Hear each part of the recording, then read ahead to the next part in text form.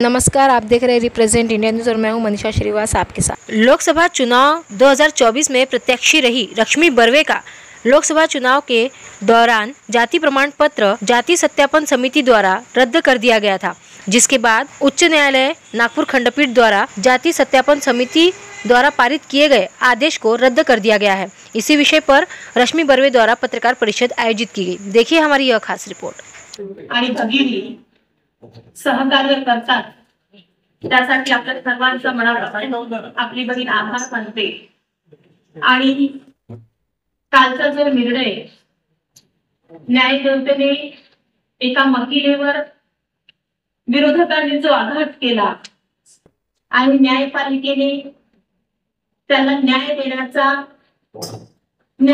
आला, त्यासाठी सर्वप्रथम न्यायदेवतेचे आभार मानते।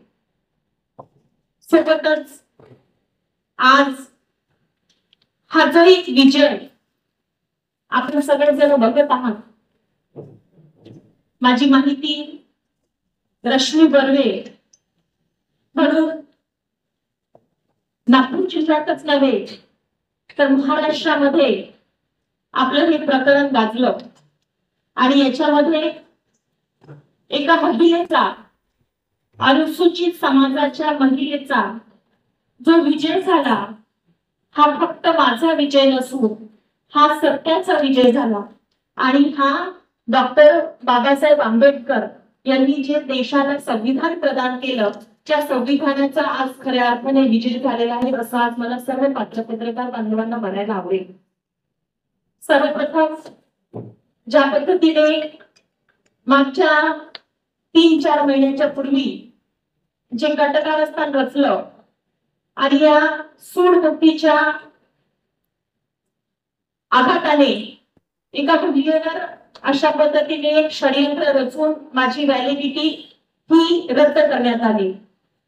मला विरोधकांना विचारायचं आहे की अनुसूचित समाज, ओबीसी समाज यांच्याविषयी भारतीय जनता पक्षाला इतकी चीड का तुम्ही इतकं चिडलात?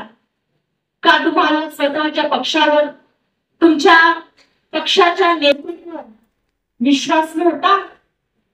तुम्हाला कुठे भीती वाटत होती की एका महिलेला जर आम्ही निवडणुकीच्या रणांगणामध्ये जर तिला लढवून दिलं तर आमची हार ही सुनिश्चित आहे, हे त्यांना माहिती होतं। आणि त्या सूडबुद्धीच्या अकस्मात त्यांनी हा जो षडयंत्र रचला, तर आज न्यायदेवतेवर गोरगरिबांचा विश्वास आणि न्यायदेवतेवर जो अतूट विश्वासाच्या नात्याने विजय हा आपला झालेला आहे, यासाठी न्यायदेवतेचं पुन्हा एकदा मनापासून आभार मानतो। या निमित्ताने आपल्याला सुद्धा एक सांगायचं आहे की आज भारतीय जनता पक्षाचे मोठे नेते स्वतःला देवा भाऊ म्हणून स्वतःला म्हणून घेतात। आज आपल्या निमित्ताने मला सांगायचंय त्यांना की फक्त तोंडाने देवभाऊ म्हणूनच नव्हे तर प्रत्यक्षामध्ये कृतीमधूनही करून दाखवावं लागतं। आणि आज ते त्यांनी कुठल्या प्रकारचा एक निराश दाखवला, याला कुठेतरी एक लज्जा यायला पाहिजे। आज मला मनापासून आपल्या सर्वांचा आभार। ज्या निकषापोटी आणि जितक्या तात्काळ आणि त्वरितपणे त्यांनी निर्णय घेतला, हा निर्णय माननीय न्यायदेवतेला सुद्धा मान्य नव्हता। आज आम्ही कुठेही थांबलो नाही।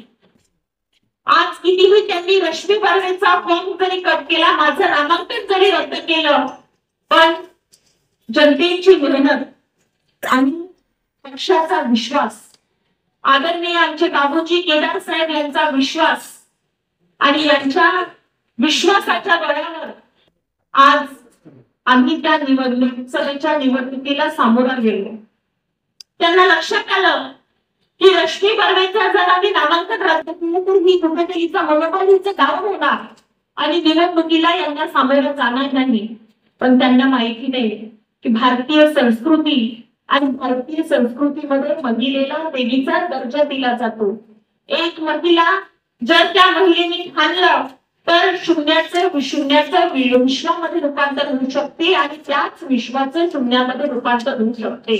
ही आज जागतिक उदाहरण आमच्या महिला भगिनीच्या 4 जिल्हा परिषदच्या वनवाहिनी 5-6 वनवाहिनी ज्या आहेत यांनी आणि आदरणीय केदार साहेबांनी आणि नागपूर जिल्ह्याच्या 13 तालुक्यातील माझ्या ग्रामीण भागाच्या गोरगरीब जनतेने हे सिद्ध करून दाखवलं. जनतेचा जो विश्वास होता हेच माझं खरं हथियार होतं आणि त्या विश्वासाने आज आम्ही सामोरं गेलो आणि न्यायपालिकेने सुद्धा मला न्याय देण्याचा काटेकोरपणे मला न्याय दिला. त्यासाठी मनापासून आभार मानते. त्याच्यानंतर आपण जे विचाराल ते मी सांगते.